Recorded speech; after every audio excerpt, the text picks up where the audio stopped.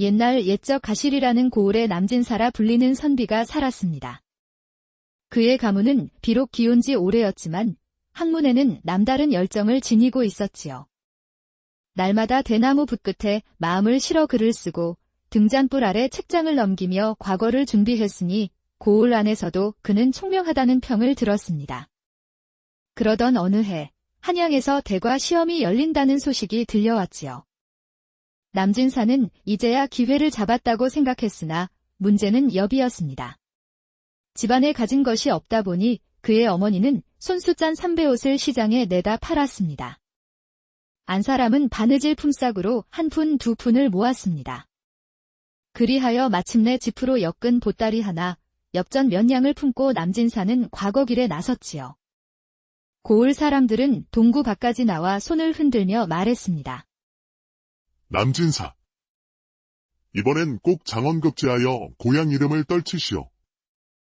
이리하여 남진사의 긴 여정이 시작된 것이었지요.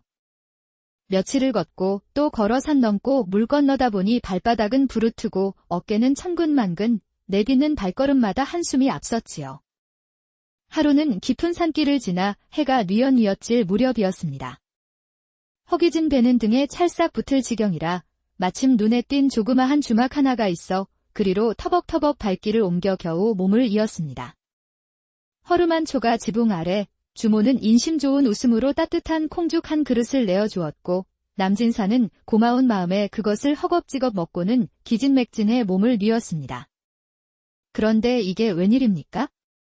해가 다 지고 나서야 방문이 덜컥 열리더니 말쑥하게 차려입은 젊은 사내 하나가 방 안으로 성큼 들어오더니 인사를 하는 것 아니겠습니까? 선생님, 초면에 실례가 많습니다. 그 젊은 사내는 또래보다 훨씬 어른스러운 말투였고 눈매는 날카로우면서도 어딘가 아련한 기색이 맴돌았지요. 남진사가 놀란 눈으로 바라보자 사내가 말하였습니다. 사실은 사정이 있어 이리 왔습니다. 선생님께 부탁 하나 드리고자 합니다. 부탁이라니, 그게 무엇이요? 남진사가 조심스레 물었지요. 그러자 그 젊은 사내가 문 밖으로 고개를 돌리며 손짓을 했습니다. 제게 하나밖에 없는 누이가 있습니다. 팔자가 기고의 어린 나이에 남편을 여의고 지금은 죽지 못해 살고 있는 신세입니다. 오늘 이 길에서 선생님을 만난 것도 하늘의 뜻이라 여기고 잠시만이라도 저희 누이를 맡아주시면 그 은혜 평생 잊지 않겠습니다. 이보시오. 나도 과거길에 오른 몸이요. 겨우 여비만 간신히 마련해 올라가는 형편인데 남의 여인을 맡는다는 게 당키나 한 소리요. 주막 안에 지금 머무는 이는 선생님과 저뿐이요. 더는 어딜 보낼 곳도 없고 사정을 아는 이도 없습니다. 잠깐만, 단 하룻밤만이라도 같이 있어주시고 그 다음은 제가 어떻게든 하겠습니다. 고참 말을 마친 그 사내가 문을 열어젖히자 가마 하나가 주막 마당으로 들어왔지요. 가마에서 조용히 내리는 여인은 고개를 숙인 채 가만히 방 안으로 들어섰습니다.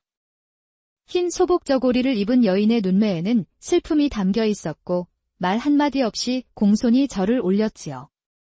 선생님께 폐를 끼치게 되어 송구하옵니다. 그 목소리조차 조용하여 방 안의 등잔불도 따라 숨을 죽이는 듯 하였습니다. 남진사는 할 말을 잃고 그저 멍하니 그 여인을 바라볼 수밖에 없었지요. 그 밤, 여인은 바느질감 하나를 꺼내 앉은 채 등잔불 아래 묵묵히 손을 놀렸습니다. 남진사가 누우라고 권해도 과부는 끝내 방 안구석에서 조용히 밤을 지새웠지요. 선생님께 폐를 끼치지 않도록 하겠습니다. 제가 누우면 불편하실 테니 저는 여기 구들 아래 앉아 있겠습니다. 그 말에 남진사는 대답을 잊었지요. 여인의 말씨는 정갈하였고 바느질을 하는 여인의 손은 얼마나 고운지 어느 귀한 댁의 아기씨 같았습니다. 남진사의 마음은 더욱 어지러웠지요.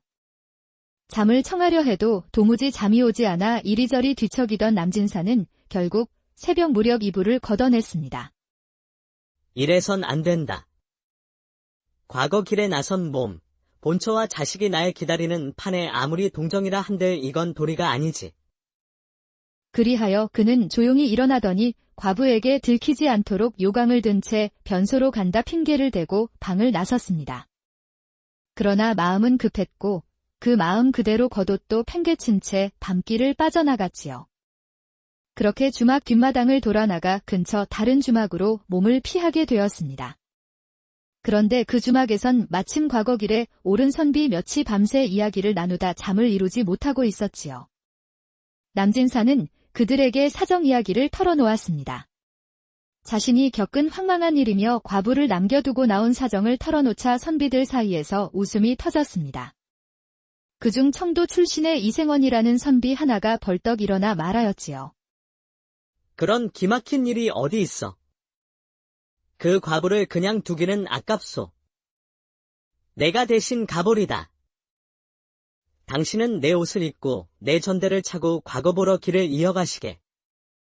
그 말에 남진사는 망설였으나 전대까지 준다는 말에 고개를 끄덕였고 이생원은 남진사의 옷을 입고는 다시 그 주막으로 돌아갔습니다. 깊은 밤, 주막가는 이미 불이 꺼진 뒤였고 방 안에는 그 과부가 조용히 누워 있었습니다. 이생원은 말없이 들어가 누웠고 과부는 그 움직임에 깨었으나 아무 말 없이 등을 돌린 채 조용히 숨을 고를 뿐이었지요. 그 밤, 말은 없었으나 무언의 정이 같고 그 인연이 어디로 이어질지 그때는 아무도 몰랐습니다. 이튿날 아침 창호 밖으로 햇살이 살며시 스며들 무렵 여인은 조용히 몸을 일으켰습니다. 어제와 달리 그녀의 얼굴엔 미묘한 변화가 감돌았지요. 슬픔보단 어딘가 가라앉은 안도와 다짐 같은 것이 비쳤습니다. 이생원은 먼저 일어나 방 한가운데 단정히 앉아 있었습니다. 그러자 여인이 고개를 숙이며 말했지요. 어젯밤 감사하옵니다. 괜한 패를 끼친 건 아닌지 걱정이 앞서옵니다. 그저 인연이었을 뿐이요. 서로가 마음을 다치지 않았다면 그걸로 된 것이지요. 과부는 조용히 짐을 꾸렸고 그 순간 방문 밖에서 가마꾼이 부르는 소리가 들려왔습니다. 그제야 이생원은 뭔가 이상하다는 생각을 하였지만 이미 과부는 고개를 숙인 채 가마에 올랐고 아무런 말 없이 자리를 떴습니다. 그녀가 떠난 뒤 이생원은 괜스레 방 안을 둘러보다가 과부가 자리를 펴두었던 자리에 놓인 작은 손수건 하나를 발견하였지요.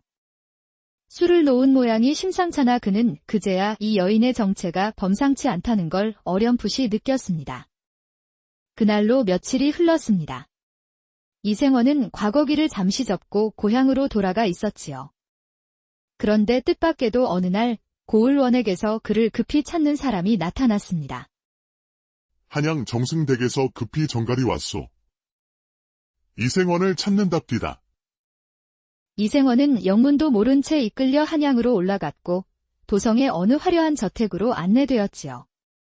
그 문을 지나 안채로 들자 가마에서 내렸던 바로 그 과부가 그를 맞이하고 있었던 것이었습니다. 그의 인연을 잊지 않고 계셨군요. 그제야 모든 사연이 밝혀졌지요. 그녀는 단순한 과부가 아니었고 정승댁에 숨겨진 여식이었던 것입니다. 하지만 시집간 해부터 남편부터 시댁 식구들이 이상하게 하나둘씩 병에 걸려 죽으니 그 집문 중에서는 며느리를 잘못 들였다 하여 미워하며 연려가 되라 자결을 강요했었고 이를 안정승이 자신의 딸을 죽음에서 구해냈던 것이지요. 그런데 남선비는 그 시험대에서 뛰쳐나간 것이고 이생원은 그 시험을 넘어 사랑까지 얻게 된 것이었습니다. 그녀의 오라버니 곧 정승의 장남은 말했지요. 그날 주막에서 진심으로 누이를 보살핀 이는 당신이었습니다. 그날 우리는 힘들게 도망치고 있었는데 당신이 우리를 구해준 것이나 마찬가지입니다. 사람이란 위급할 때가 진짜이니 당신 같은 사윗감이 어디 있겠소. 그리하여 이생원은 정승의 딸과 혼례를 올리고 정승댁 사위가 되어 장안의 이름을 알리게 되었지요. 한편 남진사는 과거 보러 떠난 길에서 끝내 시험장에도 들지 못하고 도성 입구에서 되돌아섰습니다. 마음속엔 한 가지 찜찜한 그림자가 짙게 깔렸지요. 하룻밤 묵은 주막에서 괜한 인연을 만났고 그것을 감당하지 못해 피했으니 내 운도 거기까지였던가. 한양 하늘을 등지고 다시 고향으로 돌아오는 길은 무겁기 짝이 없었습니다. 고개를 넘을 때마다, 고을 가까워질 때마다 그의 발걸음은 점점 느려졌습니다. 어미와 아내, 아이들 얼굴이 눈에 밟혔지요. 고을 어귀에 당도했을 때 안악들은 들이를 하고 있었고 아이들은 논두렁에서 올챙이를 잡고 있었지요.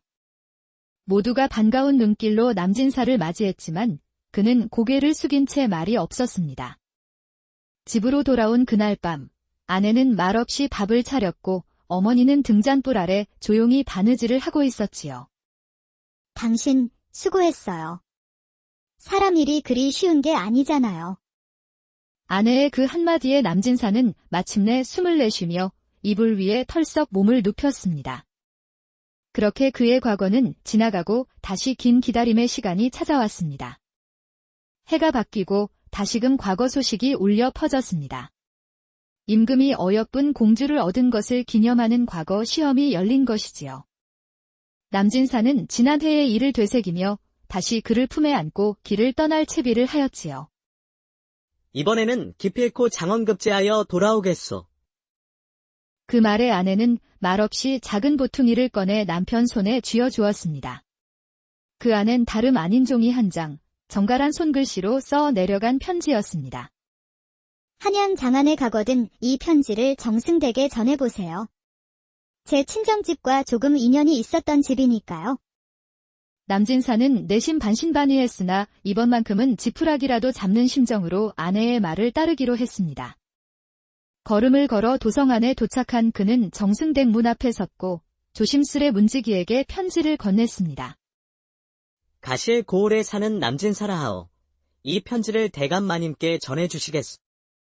함부로 아무거나 대감님께 전할 수 없으니 잠시 기다리시오. 내 큰 도련님을 모셔올 테니. 잠시 후 정승의 장남이라는 젊은이가 문 앞으로 나왔습니다.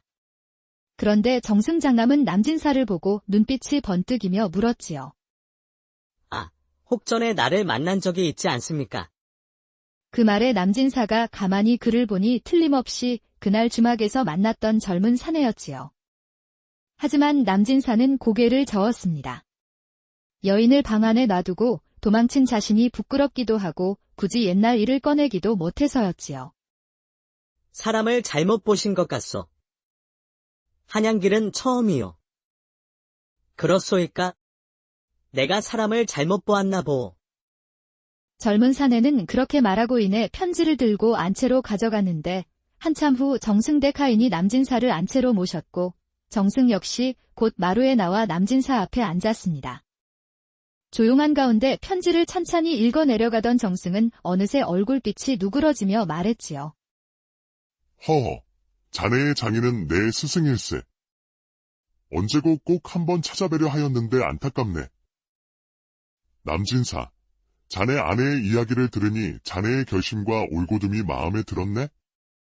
내가 마땅히 작은 벼슬 하나라도 내리겠네? 그리하여 남진사는 정승의 추천으로 조정의 관직에 오르게 되었고 그 편지 한 장은 그에게 신락 같던 희망의 문을 다시 열어준 셈이 되었지요.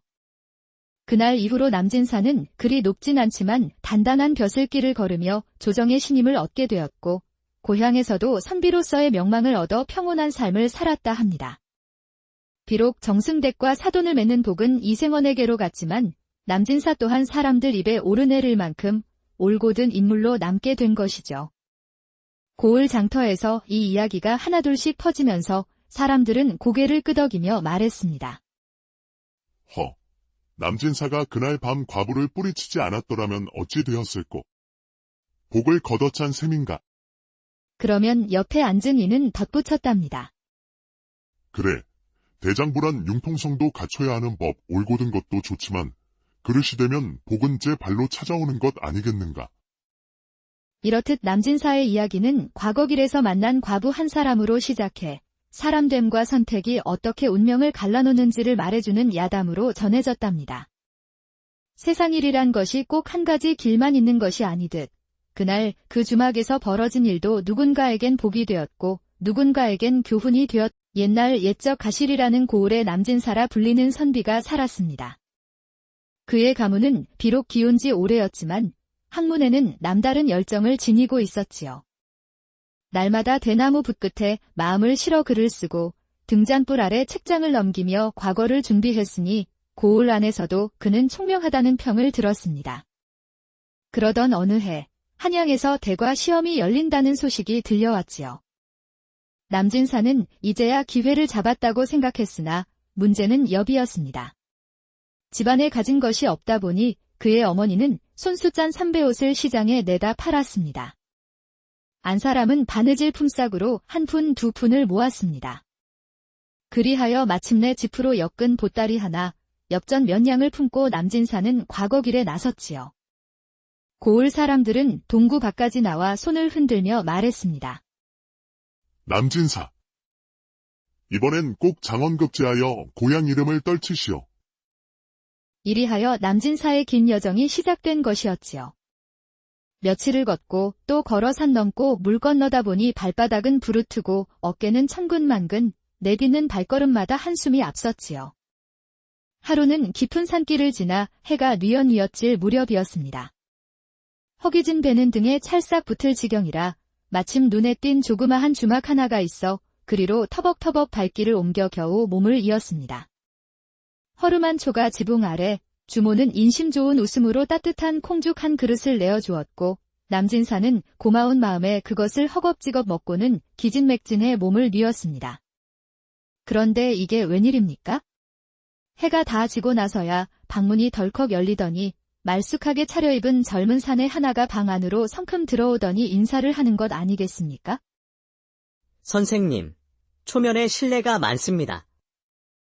그 젊은 사내는 또래보다 훨씬 어른스러운 말투였고 눈매는 날카로우면서도 어딘가 아련한 기색이 맴돌았지요. 남진사가 놀란 눈으로 바라보자 사내가 말하였습니다. 사실은 사정이 있어 이리 왔습니다.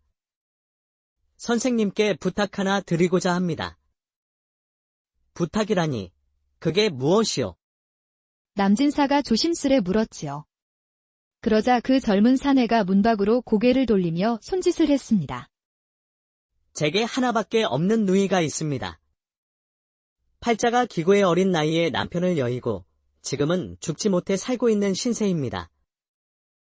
오늘 이 길에서 선생님을 만난 것도 하늘의 뜻이라 여기고 잠시만이라도 저희 누이를 맡아주시면 그 은혜 평생 잊지 않겠습니다. 이보시오. 나도 과거길에 오른 몸이요. 겨우 여비만 간신히 마련해 올라가는 형편인데 남의 여인을 맡는다는 게 당키나 한 소리요. 주막 안에 지금 머무는 이는 선생님과 저뿐이요. 더는 어딜 보낼 곳도 없고 사정을 아는 이도 없습니다. 잠깐만, 단 하룻밤만이라도 같이 있어주시고 그 다음은 제가 어떻게든 하겠습니다. 고참 말을 마친 그 사내가 문을 열어젖히자 가마 하나가 주막 마당으로 들어왔지요. 가마에서 조용히 내리는 여인은 고개를 숙인 채 가만히 방 안으로 들어섰습니다.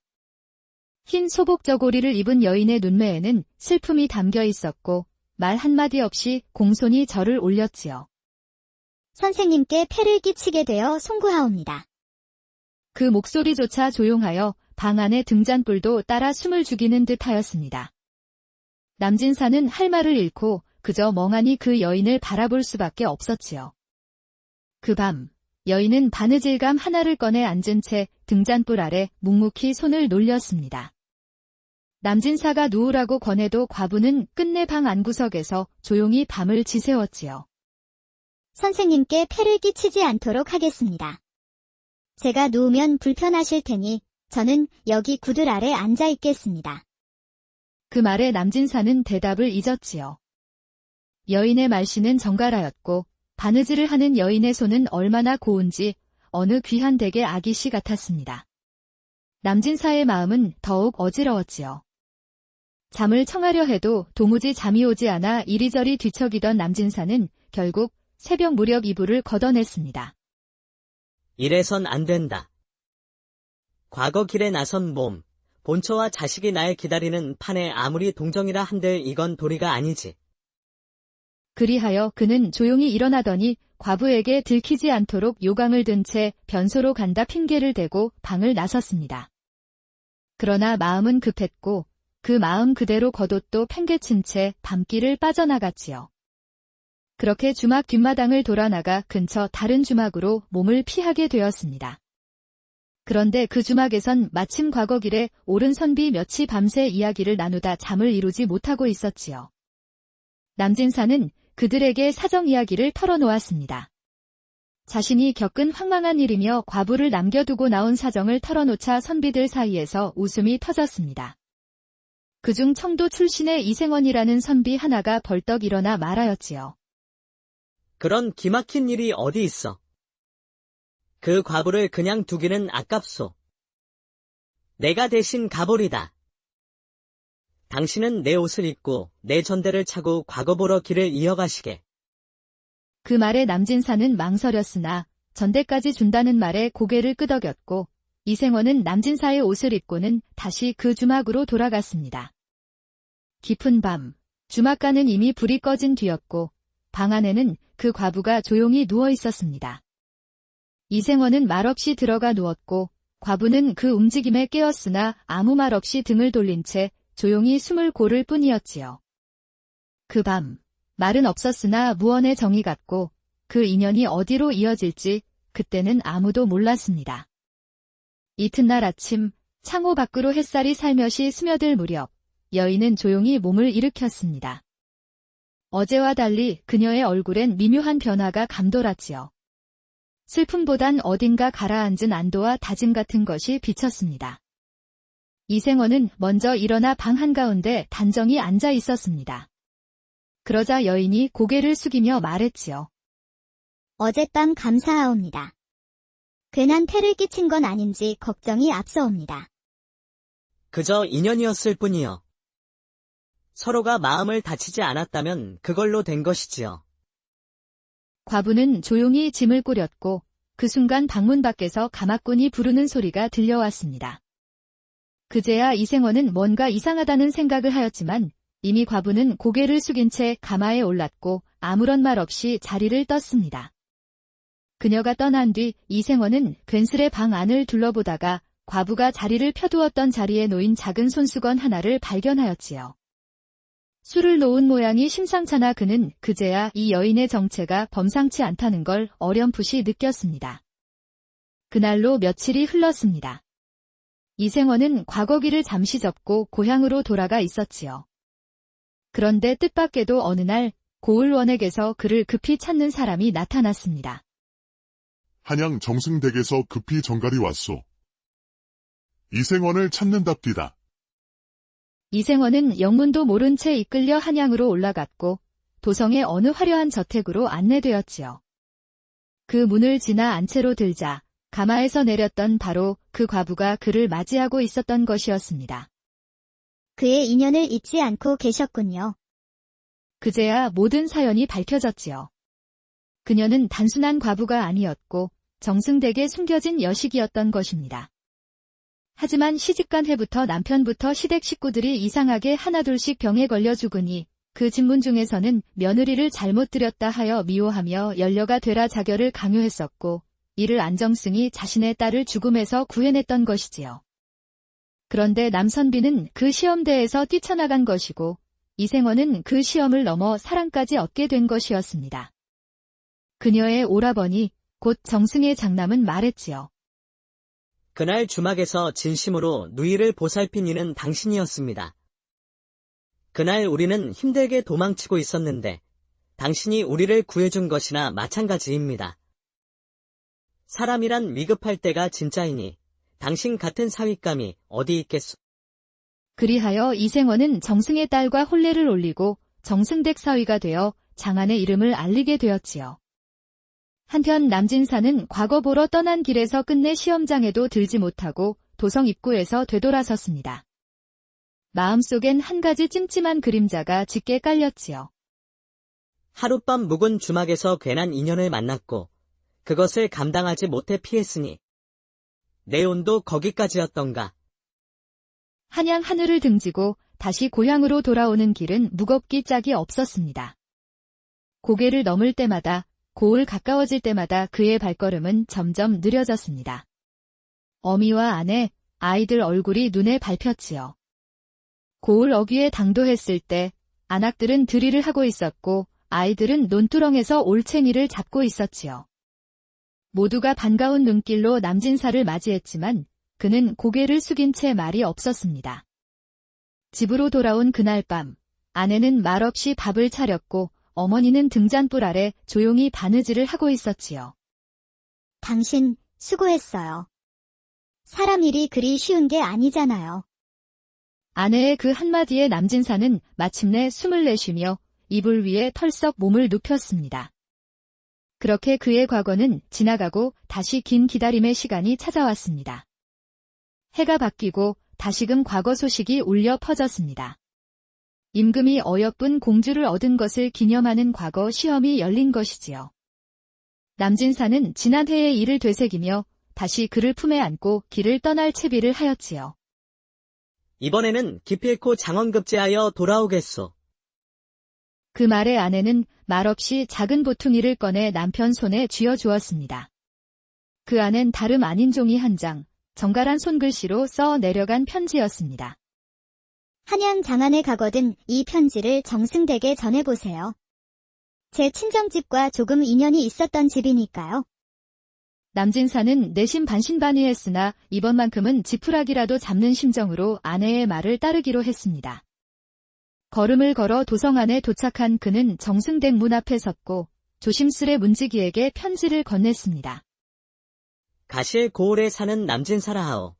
이 편지를 대감마님께 전해주시겠소. 함부로 아무거나 대감님께 전할 수 없으니 잠시 기다리시오. 내 큰 도련님을 모셔올 테니.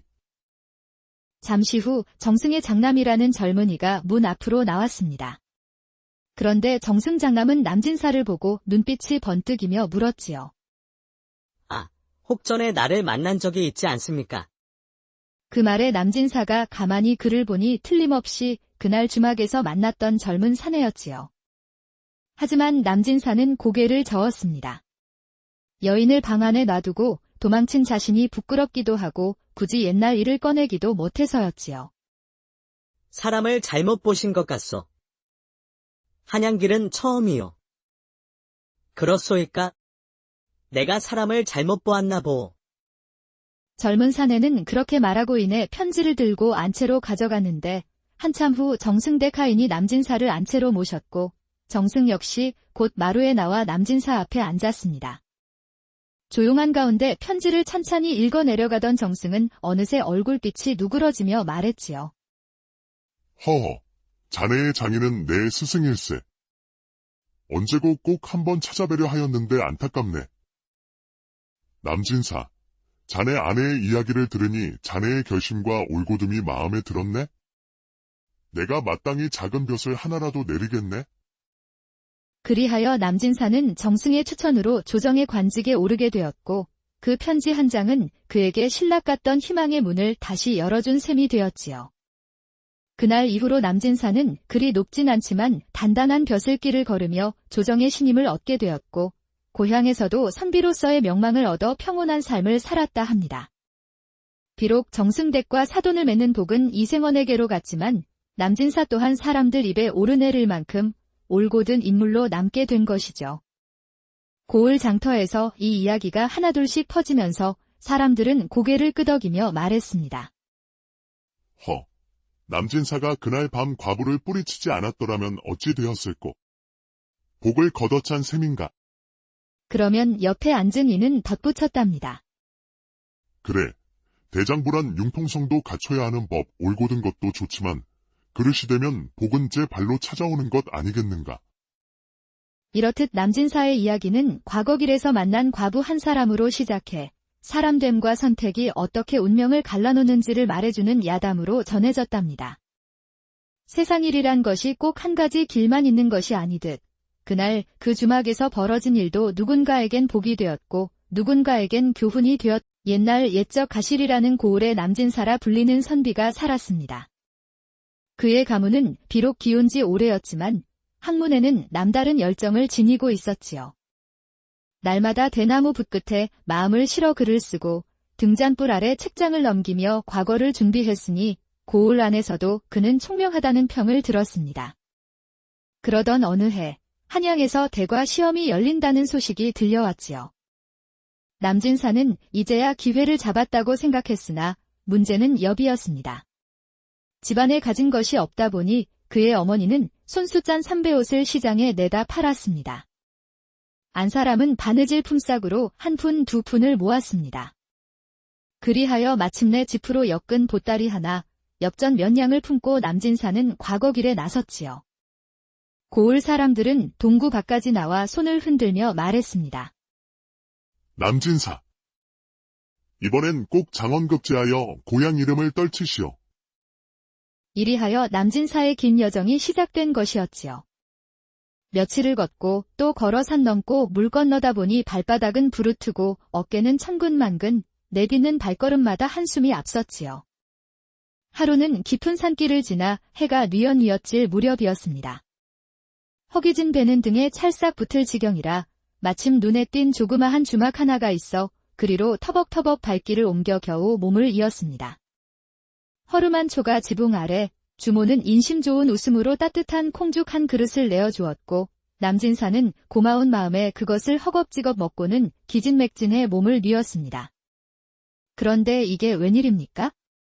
해가 다 지고 나서야 방문이 덜컥 열리더니 말쑥하게 차려입은 젊은 사내 하나가 방 안으로 성큼 들어오더니 인사를 하는 것 아니겠습니까? 선생님, 초면에 실례가 많습니다. 그 젊은 사내는 또래보다 훨씬 어른스러운 말투였고 눈매는 날카로우면서도 어딘가 아련한 기색이 맴돌았지요. 남진사가 놀란 눈으로 바라보자 사내가 말하였습니다. 사실은 사정이 있어 이리 왔습니다.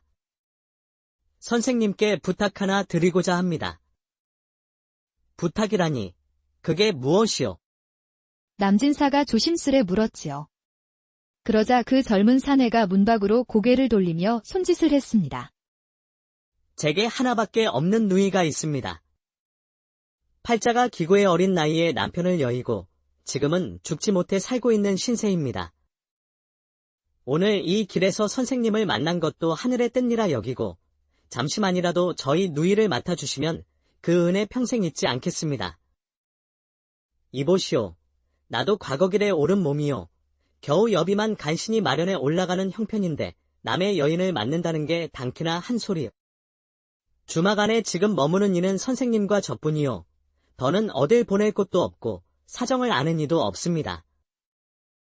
잠깐만, 단 하룻밤만이라도 같이 있어주시고 그 다음은 제가 어떻게든 하겠습니다. 고참 말을 마친 그 사내가 문을 열어젖히자 가마 하나가 주막 마당으로 들어왔지요. 가마에서 조용히 내리는 여인은 고개를 숙인 채 가만히 방 안으로 들어섰습니다. 흰 소복 저고리를 입은 여인의 눈매에는 슬픔이 담겨 있었고 말 한마디 없이 공손히 절을 올렸지요. 선생님께 폐를 끼치게 되어 송구하옵니다. 그 목소리조차 조용하여 방 안의 등잔불도 따라 숨을 죽이는 듯하였습니다. 남진사는 할 말을 잃고 그저 멍하니 그 여인을 바라볼 수밖에 없었지요. 그 밤, 여인은 바느질감 하나를 꺼내 앉은 채 등잔불 아래 묵묵히 손을 놀렸습니다. 남진사가 누우라고 권해도 과부는 끝내 방 안구석에서 조용히 밤을 지새웠지요.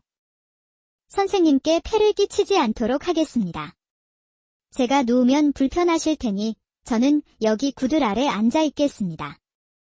그 말에 남진사는 대답을 잊었지요. 여인의 말씨는 정갈하였고 바느질을 하는 여인의 손은 얼마나 고운지 어느 귀한 댁의 아기씨 같았습니다.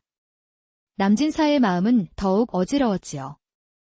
잠을 청하려 해도 도무지 잠이 오지 않아 이리저리 뒤척이던 남진사는 결국 새벽 무렵 이불을 걷어냈습니다. 이래선 안 된다. 과거 길에 나선 몸, 본처와 자식이 날 기다리는 판에 아무리 동정이라 한들 이건 도리가 아니지. 그리하여 그는 조용히 일어나더니 과부에게 들키지 않도록 요강을 든 채 변소로 간다 핑계를 대고 방을 나섰습니다. 그러나 마음은 급했고 그 마음 그대로 겉옷도 팽개친 채 밤길을 빠져나갔지요. 그렇게 주막 뒷마당을 돌아나가 근처 다른 주막으로 몸을 피하게 되었습니다. 그런데 그 주막에선 마침 과거길에 오른 선비 몇이 밤새 이야기를 나누다 잠을 이루지 못하고 있었지요. 남진사는 그들에게 사정 이야기를 털어놓았습니다. 자신이 겪은 황망한 일이며 과부를 남겨두고 나온 사정을 털어놓자 선비들 사이에서 웃음이 터졌습니다. 그중 청도 출신의 이생원이라는 선비 하나가 벌떡 일어나 말하였지요. 그런 기막힌 일이 어디 있어. 그 과부를 그냥 두기는 아깝소. 내가 대신 가보리다. 당신은 내 옷을 입고 내 전대를 차고 과거 보러 길을 이어가시게.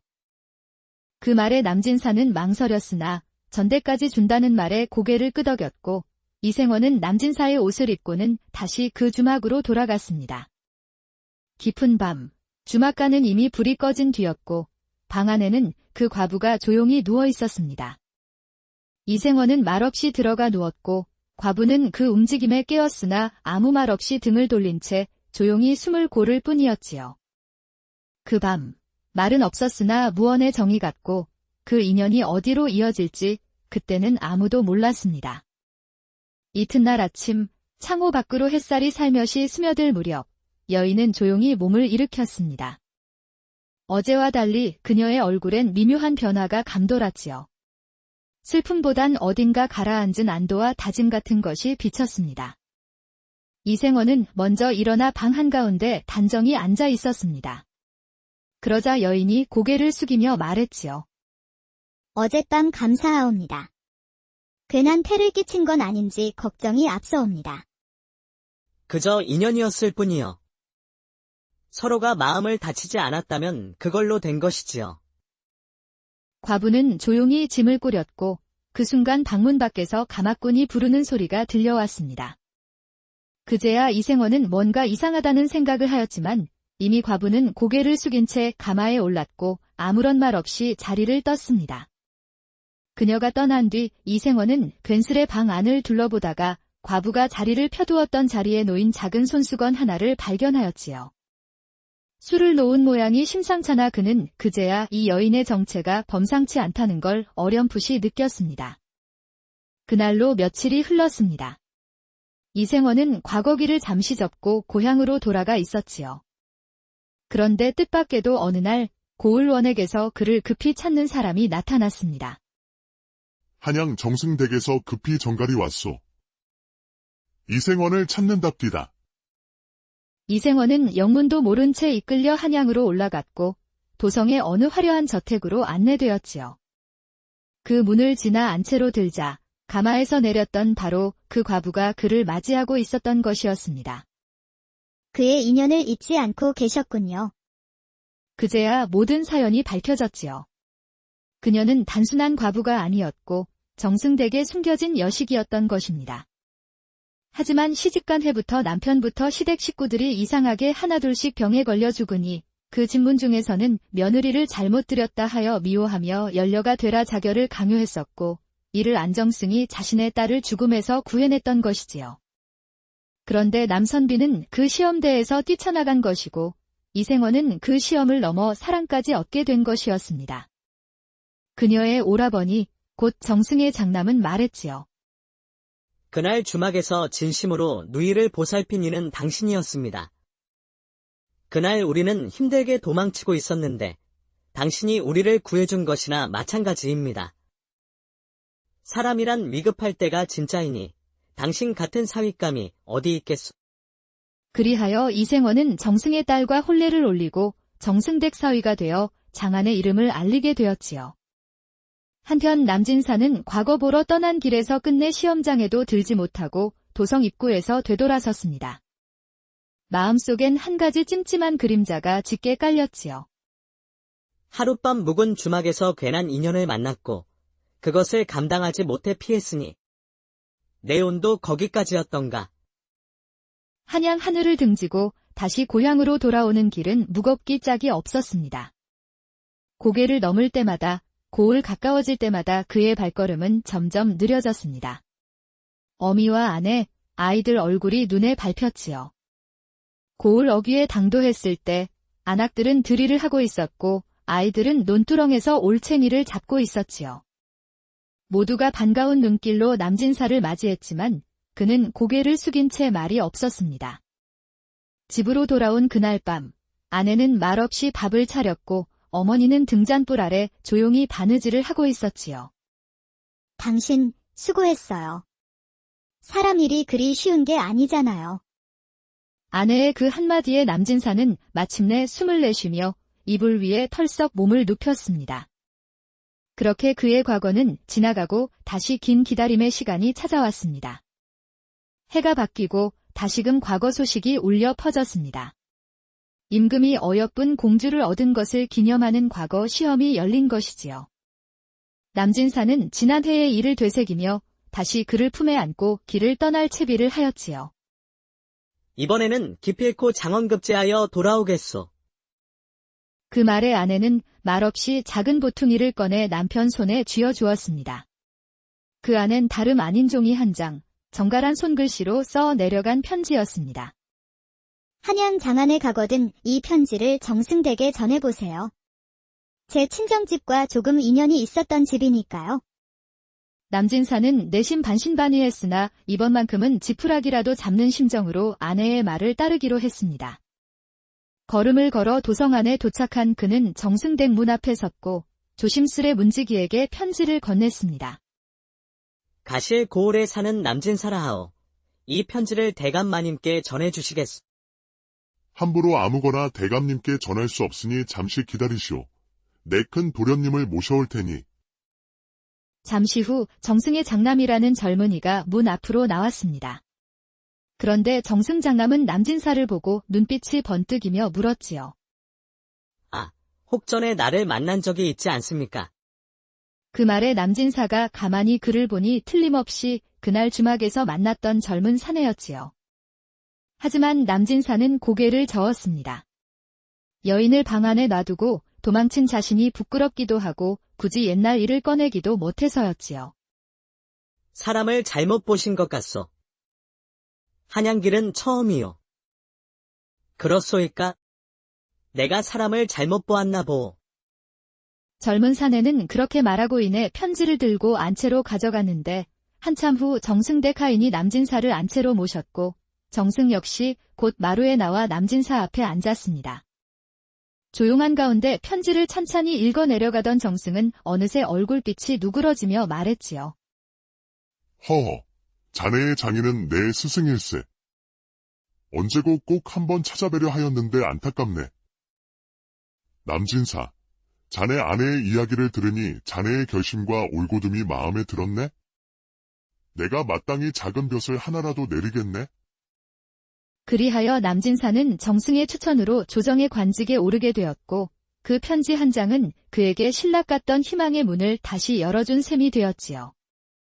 그날 이후로 남진사는 그리 높진 않지만 단단한 벼슬길을 걸으며 조정의 신임을 얻게 되었고 고향에서도 선비로서의 명망을 얻어 평온한 삶을 살았다 합니다.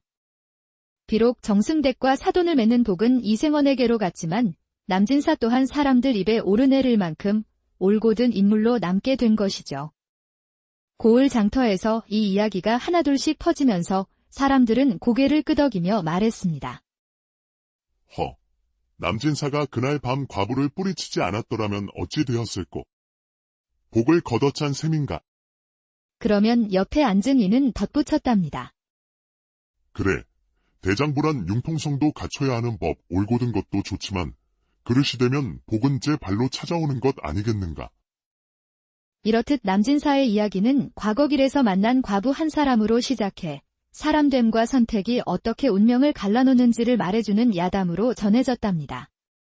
세상 일이란 것이 꼭 한 가지 길만 있는 것이 아니듯 그날 그 주막에서 벌어진 일도 누군가에겐 복이 되었고 누군가에겐 교훈이 되었. 옛날 옛적 가실이라는 고을의 남진사라 불리는 선비가 살았습니다. 그의 가문은 비록 기온 지 오래였지만 학문에는 남다른 열정을 지니고 있었지요. 날마다 대나무 붓끝에 마음을 실어 글을 쓰고 등잔불 아래 책장을 넘기며 과거를 준비했으니 고을 안에서도 그는 총명하다는 평을 들었습니다. 그러던 어느 해 한양에서 대과 시험이 열린다는 소식이 들려왔지요. 남진사는 이제야 기회를 잡았다고 생각했으나 문제는 여비였습니다. 집안에 가진 것이 없다 보니 그의 어머니는 손수짠 삼배옷을 시장에 내다 팔았습니다. 안 사람은 바느질 품삯으로 한 푼 두 푼을 모았습니다. 그리하여 마침내 집으로 엮은 보따리 하나, 엽전 몇 냥을 품고 남진사는 과거 길에 나섰지요. 고을 사람들은 동구 밖까지 나와 손을 흔들며 말했습니다. 남진사. 이번엔 꼭 장원급제하여 고향 이름을 떨치시오. 이리하여 남진사의 긴 여정이 시작된 것이었지요. 며칠을 걷고 또 걸어 산 넘고 물 건너다 보니 발바닥은 부르트고 어깨는 천근만근, 내딛는 발걸음마다 한숨이 앞섰지요. 하루는 깊은 산길을 지나 해가 뉘엿뉘엿질 무렵이었습니다. 허기진 배는 등에 찰싹 붙을 지경이라 마침 눈에 띈 조그마한 주막 하나가 있어 그리로 터벅터벅 발길을 옮겨 겨우 몸을 이었습니다. 허름한 초가 지붕 아래 주모는 인심 좋은 웃음으로 따뜻한 콩죽 한 그릇을 내어주었고 남진사는 고마운 마음에 그것을 허겁지겁 먹고는 기진맥진해 몸을 뉘었습니다. 그런데 이게 웬일입니까? 해가 다 지고 나서야 방문이 덜컥 열리더니 말쑥하게 차려입은 젊은 사내 하나가 방 안으로 성큼 들어오더니 인사를 하는 것 아니겠습니까? 선생님, 초면에 실례가 많습니다. 그 젊은 사내는 또래보다 훨씬 어른스러운 말투였고 눈매는 날카로우면서도 어딘가 아련한 기색이 맴돌았지요. 남진사가 놀란 눈으로 바라보자 사내가 말하였습니다. 사실은 사정이 있어 이리 왔습니다. 선생님께 부탁 하나 드리고자 합니다. 부탁이라니, 그게 무엇이오? 남진사가 조심스레 물었지요. 그러자 그 젊은 사내가 문 밖으로 고개를 돌리며 손짓을 했습니다. 제게 하나밖에 없는 누이가 있습니다. 팔자가 기고의 어린 나이에 남편을 여의고 지금은 죽지 못해 살고 있는 신세입니다. 오늘 이 길에서 선생님을 만난 것도 하늘의 뜻이라 여기고 잠시만이라도 저희 누이를 맡아주시면 그 은혜 평생 잊지 않겠습니다. 이보시오. 나도 과거길에 오른 몸이요. 겨우 여비만 간신히 마련해 올라가는 형편인데 남의 여인을 맡는다는 게 단키나 한 소리요. 주막 안에 지금 머무는 이는 선생님과 저뿐이요. 더는 어딜 보낼 곳도 없고 사정을 아는 이도 없습니다. 잠깐만, 단 하룻밤만이라도 같이 있어 주시고 그 다음은 제가 어떻게든 하겠습니다. 고참 말을 마친 그 사내가 문을 열어젖히자 가마 하나가 주막 마당으로 들어왔지요. 가마에서 조용히 내리는 여인은 고개를 숙인 채 가만히 방 안으로 들어섰습니다. 흰 소복 저고리를 입은 여인의 눈매에는 슬픔이 담겨 있었고 말 한마디 없이 공손히 절을 올렸지요. 선생님께 폐를 끼치게 되어 송구하옵니다. 그 목소리조차 조용하여 방 안의 등잔불도 따라 숨을 죽이는 듯 하였습니다. 남진사는 할 말을 잃고 그저 멍하니 그 여인을 바라볼 수밖에 없었지요. 그 밤, 여인은 바느질감 하나를 꺼내 앉은 채 등잔불 아래 묵묵히 손을 놀렸습니다. 남진사가 누우라고 권해도 과부는 끝내 방 안구석에서 조용히 밤을 지새웠지요. 선생님께 폐를 끼치지 않도록 하겠습니다. 제가 누우면 불편하실 테니 저는 여기 구들 아래 앉아 있겠습니다. 그 말에 남진사는 대답을 잊었지요. 여인의 말씨는 정갈하였고 바느질을 하는 여인의 손은 얼마나 고운지 어느 귀한 댁의 아기씨 같았습니다. 남진사의 마음은 더욱 어지러웠지요. 잠을 청하려 해도 도무지 잠이 오지 않아 이리저리 뒤척이던 남진사는 결국 새벽 무렵 이불을 걷어냈습니다. 이래선 안 된다. 과거 길에 나선 몸, 본처와 자식이 날 기다리는 판에 아무리 동정이라 한들 이건 도리가 아니지. 그리하여 그는 조용히 일어나더니 과부에게 들키지 않도록 요강을 든 채 변소로 간다 핑계를 대고 방을 나섰습니다. 그러나 마음은 급했고 그 마음 그대로 겉옷도 팽개친 채 밤길을 빠져나갔지요. 그렇게 주막 뒷마당을 돌아나가 근처 다른 주막으로 몸을 피하게 되었습니다. 그런데 그 주막에선 마침 과거 길에 오른 선비 몇이 밤새 이야기를 나누다 잠을 이루지 못하고 있었지요. 남진사는 그들에게 사정 이야기를 털어놓았습니다. 자신이 겪은 황망한 일이며 과부를 남겨두고 나온 사정을 털어놓자 선비들 사이에서 웃음이 터졌습니다. 그중 청도 출신의 이생원이라는 선비 하나가 벌떡 일어나 말하였지요. 그런 기막힌 일이 어디 있어. 그 과부를 그냥 두기는 아깝소. 내가 대신 가보리다. 당신은 내 옷을 입고 내 전대를 차고 과거 보러 길을 이어가시게. 그 말에 남진사는 망설였으나 전대까지 준다는 말에 고개를 끄덕였고 이생원은 남진사의 옷을 입고는 다시 그 주막으로 돌아갔습니다. 깊은 밤, 주막가는 이미 불이 꺼진 뒤였고 방 안에는 그 과부가 조용히 누워 있었습니다. 이생원은 말없이 들어가 누웠고 과부는 그 움직임에 깨었으나 아무 말 없이 등을 돌린 채 조용히 숨을 고를 뿐이었지요.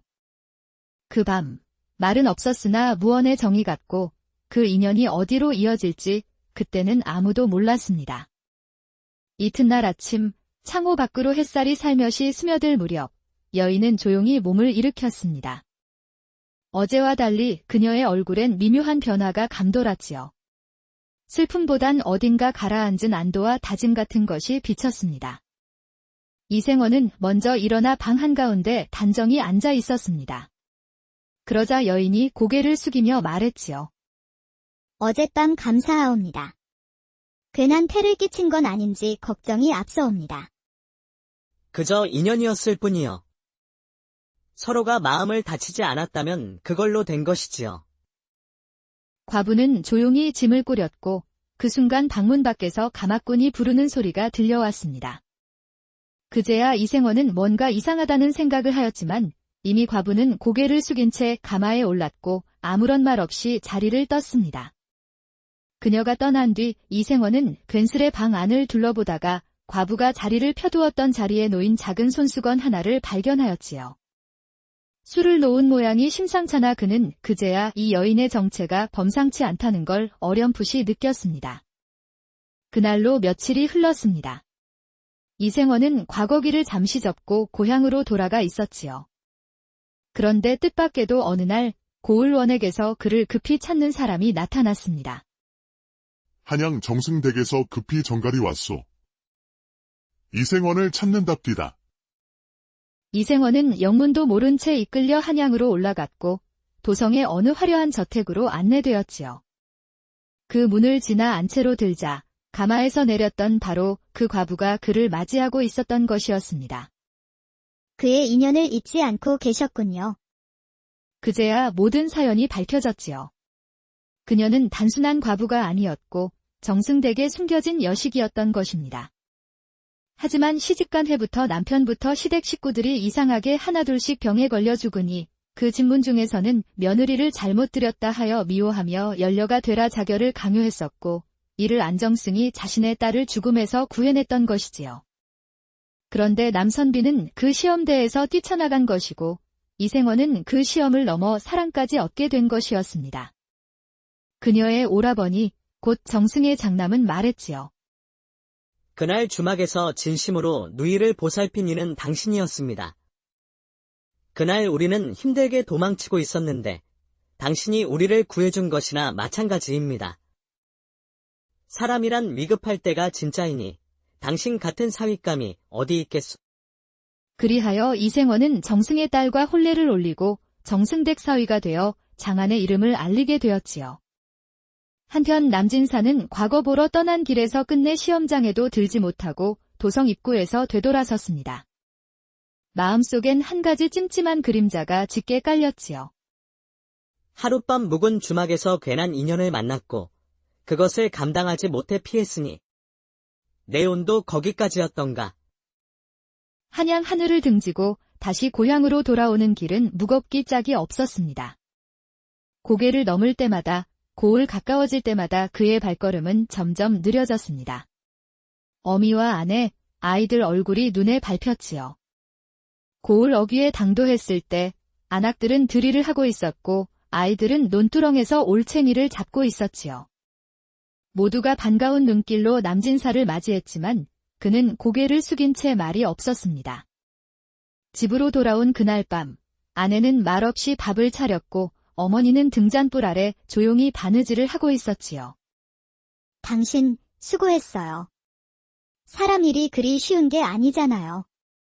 아내의 그 한마디에 남진사는 마침내 숨을 내쉬며 이불 위에 털썩 몸을 눕혔습니다. 그렇게 그의 과거는 지나가고 다시 긴 기다림의 시간이 찾아왔습니다. 해가 바뀌고 다시금 과거 소식이 울려 퍼졌습니다. 임금이 어여쁜 공주를 얻은 것을 기념하는 과거 시험이 열린 것이지요. 남진사는 지난 해의 일을 되새기며 다시 그를 품에 안고 길을 떠날 채비를 하였지요.